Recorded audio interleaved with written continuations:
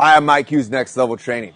Welcome to the Armors course. The purpose and focus of this course is to give you some basic operations and troubleshooting with your SIRT training pistol. As far as changing the battery, working the external controls, adjusting the lasers, and some general troubleshooting. The Armors 2 course goes into more detail on troubleshooting some return springs in the lasers, the various metal springs within the trigger housing, and some of the metallic contacts, so you can troubleshoot and fix and get your SIRT back up working in case it goes down. So let's jump right into this. Let's go into equipment needed. The base equipment you will need is a hammer of some sorts and a punch. And it's also nice to have some kind of spacing elements that will lift the gun a little bit so you can pound on it. I'm just using 2 magazines for this purpose. Some other equipment which might be nice to have is a set of clamps, if you have some available, a wrench of sorts, a screwdriver, a flathead screwdriver, and the 2 hex wrenches that come with your SIRT. The 2 hex wrenches are 1.5 millimeter and 2.5 millimeter hex wrenches. You will definitely need the 1.5 millimeter to adjust the lasers. So let's go into the basic operation of the SIRT.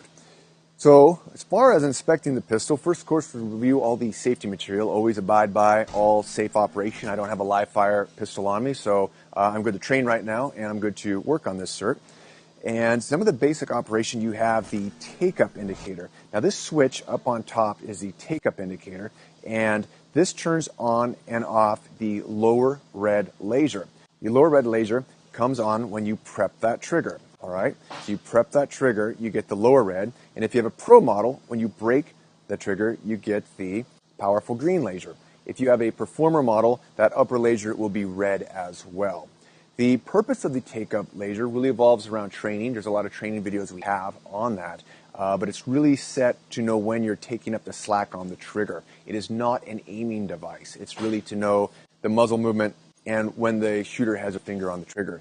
For a majority of your training, you will just take your nail and you will turn that off as such. Therefore, your SIRT will operate just as a pure shot indicating resetting trigger only device. That's probably a majority of your training. Now let's talk about some of the basic operations. You do have a mag release. When you press the mag release, it drops our training magazine. Now the mag release just operates just like a regular live fire pistol. Externally, you do have your sights. You can replace those. I'll talk about that further. And you have these holes right here, which are for adjusting the lasers, which we will talk about next.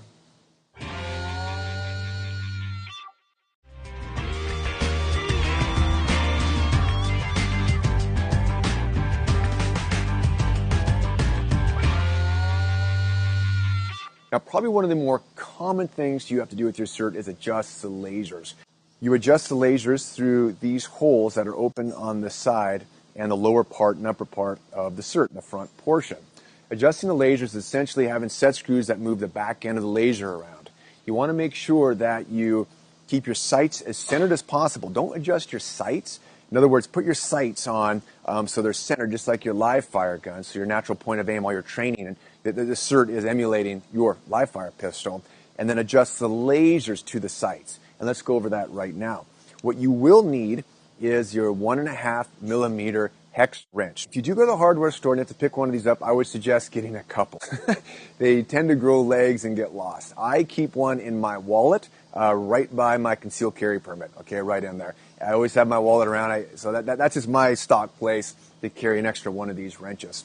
So to adjust the shot indicating laser, let's go and adjust the windage first. So I'm going to put this into this hole and have it find a little home there, and then I'm going to aim the SIRT like at the location, get a good safe location. I'm going to pin the trigger back, so I'm going to break the shot and pin the trigger back, okay?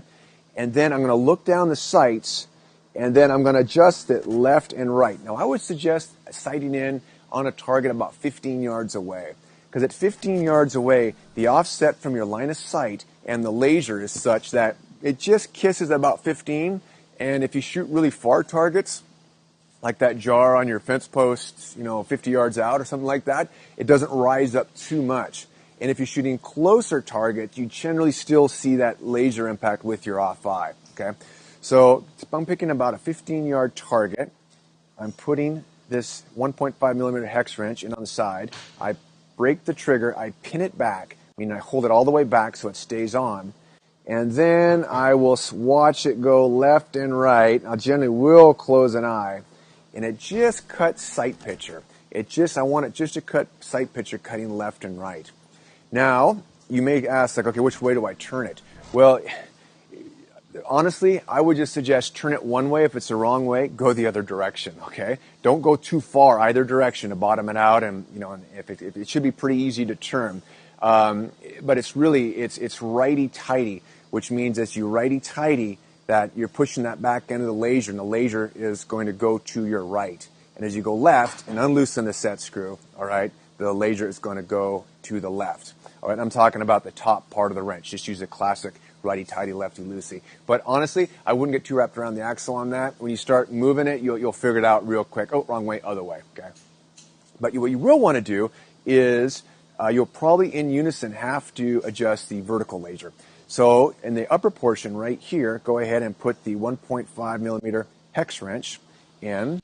Take a sight on your target and just have it raise up and down like so. So I like to have it just so it kind of cuts that sight picture in half, all right?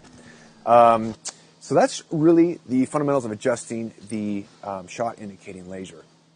Now let's talk about adjusting the take-up laser. Now, the take-up laser generally is out of sight picture. It comes below sight picture from our factory setting here. And the reason for that is because it is not really used as a sighting aid. It's more to sense, from an instructor, even if you're diagnosing yourself, when you're taking up the slack of the trigger, okay? As I noted before, there's a lot of videos we have on that, on the training value.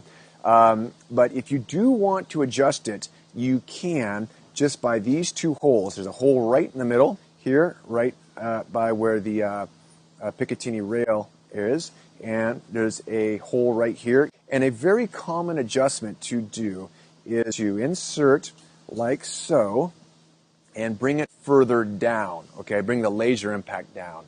So technically what we're doing, we're lifting the back of the laser up, so we're going to go righty-tighty and screw the set screw in, lift it up, all right? And that red laser will go down further out of sight picture. That's a more common adjustment. I do that quite a bit.